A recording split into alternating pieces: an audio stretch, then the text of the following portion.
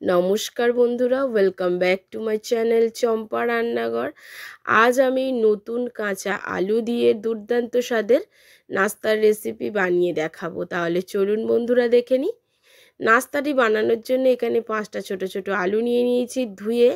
আর যেহেতু নতুন আলু, একটু একটু খোসা আমি ছাড়িয়ে রেখে দিয়েছি।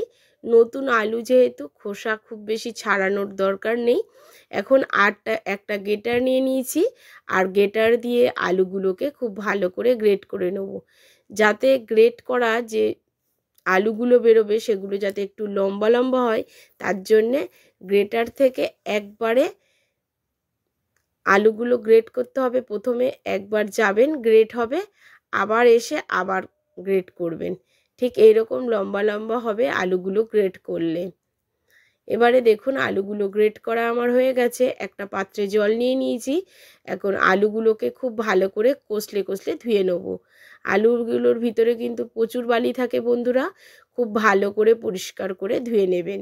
এই পর্যায়ে প্লিজ বন্ধুরা প্রথম থেকে শেষ পর্যন্ত ভিডিওটি দেখবেন।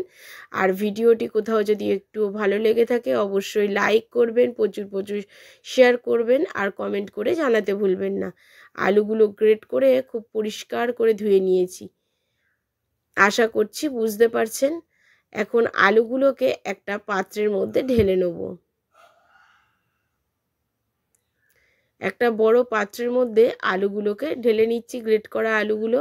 আর দেখুন আলুগুলো কিন্তু বেশ লম্বা লম্বা গ্রেট হয়েছে। এখন এই আলুর মধ্যে কিছু উপকরণ কিন্তু আমি মিশিয়ে দেবো। এই আলুর মধ্যে আমি দিয়ে দেব পেঁয়াজ কুচি। পেঁয়াজগুলোকে একটু লম্বা লম্বা করে স্লাইস করে কেটে নিতে হবে, একটু বড় বড় করে মোটা মোটা করে রাখবেন, খুব বেশি পাতলা এখানে করার দরকার নেই। পেঁয়াজগুলো দিয়ে দেব কিছুটা কাঁচা লঙ্কা কুচি আর কিছুটা ধনেপাতা কুচি। এখন এই সমস্ত কিছুর মধ্যে সামান্য একটু লবণ দিয়ে মিশিয়ে নেব। প্রথমে সব কিছুকে আগে মিশিয়ে নেব।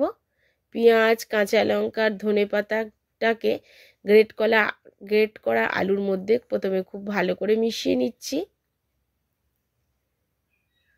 তারপরে কিন্তু এর মধ্যে আমি লবণটা মেশাবো।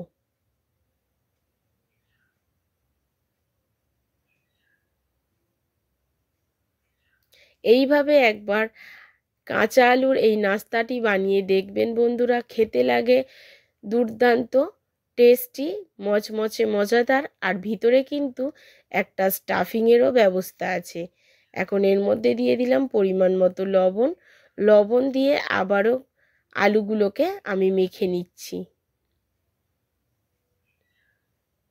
লবণ দিয়ে মেখে আমি কিছুক্ষণের জন্য রেখে দেব। তাহলে কিন্তু দেখবেন এই আলু থেকে বেশ খানিকটা জল বেরিয়ে যাবে।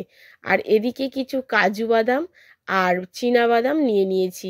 আপনাদের কাছে কাজু বাদাম যদি না থাকে চীনা বাদাম নিয়ে নিতে পারেন। এবারে এগুলোকে একটা ছোট্ট নুড়ি দিয়ে আমি আধা ভাঙা করে নিচ্ছি। আপনারা হামানদিস্তার সাহায্যে এগুলোকে একটু আধা ভাঙা করে নেবেন। খুব বেশি মিহি গুঁড়ো করবেন না, কিন্তু একটু আধা ভাঙা করে নিতে হবে। ঠিক এই রকম মতো বাদামগুলোকে আধা ভেঙে নিয়েছি। এখন বাদামগুলোকে সাইডে সরিয়ে রাখবো। আর যে আলুটাকে লবণ মাখিয়ে রেখেছিলাম, দেখুন আলু থেকে বেশ খানিকটা জল বেরিয়ে গেছে। এখন সমস্ত জলগুলোকে একটু চেপে চেপে বের করে দিতে হবে।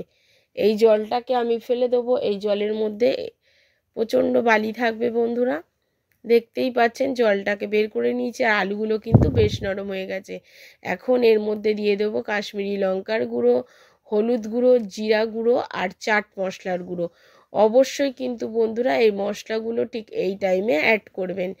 আর যেহেতু পেঁয়াজ থেকেও জল বেরোয় আর ধনেপাতা থেকে জল বেরোয়, সেই জন্যে আমি লবণ দিয়ে মাখিয়ে রাখার জন্যে পেঁয়াজটা আর ধনেপাতার সঙ্গেও লবণ দিয়ে মাখিয়ে রেখেছিলাম, যাতে সমস্ত জলগুলো বেরিয়ে যায়। এখন মশলা দিয়ে এটাকে খুব ভালো করে মেখে রেখেছি। মাখার পরে এর মধ্যে অ্যাড করে দেবো 1 চামচ চালের গুঁড়ো, 1 চামচ কর্নফ্লোর আর 1 চামচ বেসন। অবশ্যই এখানে চালের গুঁড়ো আর কর্নফ্লাওয়ারটা ব্যবহার করবেন। আর 1 চামচ বেসন দিয়ে দিয়েছি। সব মোট আমি এখানে 3 চামচের মতো ব্যবহার করেছি। 1 চামচ চালের গুঁড়ো, 1 চামচ কর্নফ্লাওয়ার আর 1 চামচ বেসন, সমস্ত কিছুকে দিয়ে খুব ভালো করে মেখে নিচ্ছি, যেন বেসন, চালের গুঁড়ো আর কর্নফ্লাওয়ারের পরিমাণটা কম থাকে, আলুর পরিমাণটা বেশি থাকে। সমস্ত জলগুলো বের করে দেওয়ার কারণে কিন্তু দেখুন বন্ধুরা, আলুটার সঙ্গে খুব ভালোভাবে বেসন বা চালের গুঁড়োটা মাখা হয়ে গেছে। এইবার দেখুন এর থেকে কিছুটা আলু আমি তুলে নিয়েছি, ডো হিসাবে একদম গোল বল করে নিলাম। এবারে বলটাকে দেখুন একটা বাটি শেপ করে নিয়ে তার মধ্যে কিছুটা ওই বাদামের গুঁড়ো আমি দিয়ে দিলাম, দিয়ে এটাকে একটা তক্তির শেপ আমি করে নিচ্ছি। দেখুন বন্ধুরা, এটা কিন্তু বানানো খুবই সহজ, আর এটা যতটা সহজ একটা নাস্তা, ভেতরের স্টাফিংটার জন্যে খেতে লাগবে অসাধারণ। আর সন্ধ্যার সময় এই রকম যদি একটা স্ন্যাক্স পাওয়া যায় তাহলে মুড়ির সাথে কিন্তু জমে যায়। প্রতিদিনের চপ ফুরুলির থেকে অবশ্যই বাড়িতে একবার এইভাবে কাঁচা আলুর এই নাস্তাটি বানিয়ে আপনারা কিন্তু দেখতে পারেন, আর আমাকে কমেন্ট করবেন যে কেমন হয়েছিল। একটা বানানো হয়ে গেছে, আর একটা বানিয়ে আপনাদেরকে দেখিয়ে দিচ্ছি। আশা করি বুঝতে পারছেন। একইভাবে আরেকটু নিয়ে নিয়েছি ডো, নিয়ে বাটি শেপে করে নিয়ে তার মধ্যিখানে পুর হিসাবে দিয়ে দিচ্ছি এই বাদামের গুঁড়োটা। বাদামগুলো কিন্তু একদম গুঁড়ো না, আধা ভাঙা। এবারে খুব ভালো করে এর মুখটাকে মুড়ে দিয়ে একটা তক্তির শেপ আমি করে নিচ্ছি। এইভাবে সমস্ত নাস্তাগুলোকে আমি রেডি করে নিয়ে ফিরে আসব। আর দেখুন বন্ধুরা, কথা বলতে বলতে প্রায় সমস্ত নাস্তাগুলো আমার রেডি হয়ে গেছে। এখন চলে যাব এগুলো ভাজার পদ্ধতিতে। প্লিজ বন্ধুরা, এই পর্যায়ে আবারও মনে করিয়ে দিচ্ছি, এতক্ষণ পর্যন্ত ভিডিওটি দেখেছেন অথচ একটাও লাইক করেননি, প্লিজ একটা লাইক করে দেবেন। আর দেখুন কড়াতে আগে থেকেই আমি তেল গরম করতে দিয়েছিলাম, আর তেলের মধ্যে এখন নাস্তাগুলোকে দিয়ে দেবো। এই সময় গ্যাসের ফ্লেমটাকে মিডিয়ামে রেখে এই নাস্তাগুলোকে ভেজে নিতে হবে, তাহলে দেখবেন ভিতর দিয়ে বেশ খুব সুন্দর একটা ভাজা হবে, ভিতরটাও খুব ভালো করে কুক হবে, আর বাইরেটাও বেশ সুন্দর একটা সোনালি কালার আসবে। আপনি কিন্তু একদম যদি প্রথমেই হাই ফ্লেমে দিয়ে দেন তাহলে উপরটাই কিন্তু কালার আসবে, কিন্তু ভেতরে একদমই ভালো রান্না হবে না। সেক্ষেত্রে বন্ধুরা এই গ্যাসের ফ্লেমটাকে মিডিয়ামে রেখেই কিন্তু আপনাকে নাস্তাগুলোকে ভেজে ফেলতে হবে। আলু দিয়ে যে এত সুন্দর পুরে ভরপুর মজাদার ক্রিস্পি একটা নাস্তা বানানো যায় তা আপনারা না দেখলে বুঝতে পারবেন না। একদম ইউনিক একটা দুর্দান্ত স্বাদের এই নাস্তাটি আজ আমি আপনাদের সঙ্গে শেয়ার করলাম।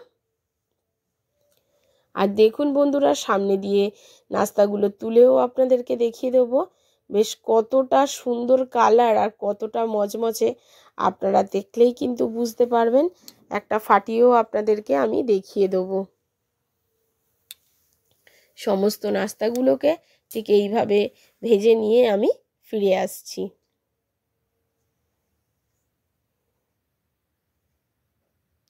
উল্টে পাল্টে একটু লালচে লালচে করে ভেজে নিতে হবে।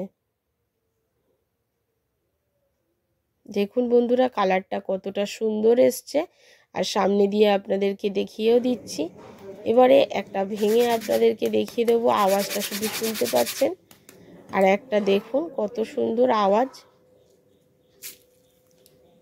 ফাটিয়েও দেখিয়ে দিচ্ছি। ভেতরে দেখুন বাদামে পরিপূর্ণ। কেমন লাগলো বন্ধুরা? নমস্কার।